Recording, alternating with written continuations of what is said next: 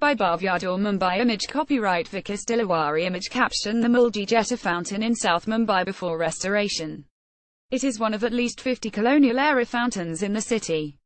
Metallic sheets barricade the approximately 15 feet (4.5 meters) drinking water fountain PYAV outside the postal headquarters in South Mumbai.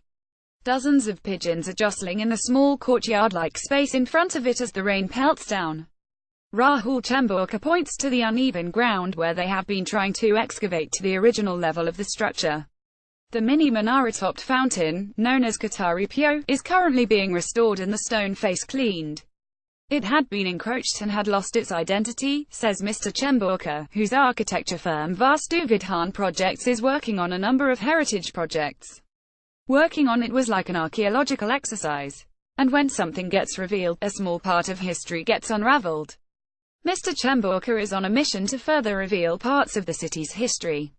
Last year he set up the Mumbai PYAV project, an initiative to draw attention to the legacy of the city's water fountains not just as heritage items but also as socio-cultural artifacts representing a certain way of life.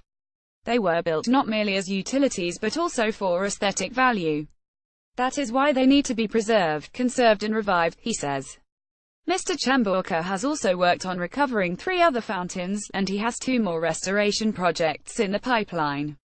There are at least 50 colonial-era fountains in Mumbai. Most of these are in gardens, along former tram routes and inaccessible public spaces. Some have been destroyed over time through neglect or infrastructure projects. Image copyright Vikas Dilawari. Image caption: the Mulji Jetta fountain in South Mumbai after restoration. Mumbai is best known for its impressive neo-Gothic and Indo-Saracenic colonial-era buildings. Examples include the city's High Court, the University of Mumbai, and the Chhatrapati Shivaji train terminus. These have been lovingly restored and cared for, but lesser-known urban structures have not fared as well. These are smaller pieces in scale but still very significant, says Vikas Dilawari, a prominent conservation architect in the city, pointing out that these were the structures that people saw every day. Mr. Dilawari is also at the forefront of restoring Mumbai's fountains and heritage structures. He is in charge of rehabilitating the city's iconic Flora fountain, a 32-foot structure brought in 1868. It is an especially grand example that stands at a busy intersection in a precinct crowded with heritage buildings. Fountains were located at road junctions to celebrate the city and its architecture, and they were part of the streetscape, says Mr. Dilawari. These became the hygienic drinking sources in the mid and late 19th century. Until then, water had been sourced from drinking wells. Flora fountain was positioned here at a time when the fort walls were coming down and new urban development was underway. Mr. Dilawari says fountain building caught on like a craze.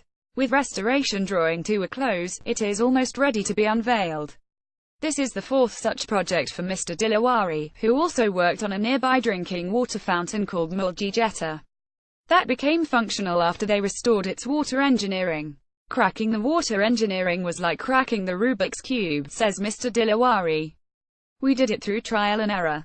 Image copyright Vikas Dilawari. Image caption: an archival image of the Wellington Fountain in South Mumbai. Over the past few years, Mumbai has begun increasingly paying attention to its water heritage with several such rehabilitation projects underway. Built with funding from wealthy citizens, the city's fountains date back to the late 19th and early 20th century and were of 2 broad types: the grand, monumental fountains and the smaller ones which focused on providing free water as acts of philanthropy.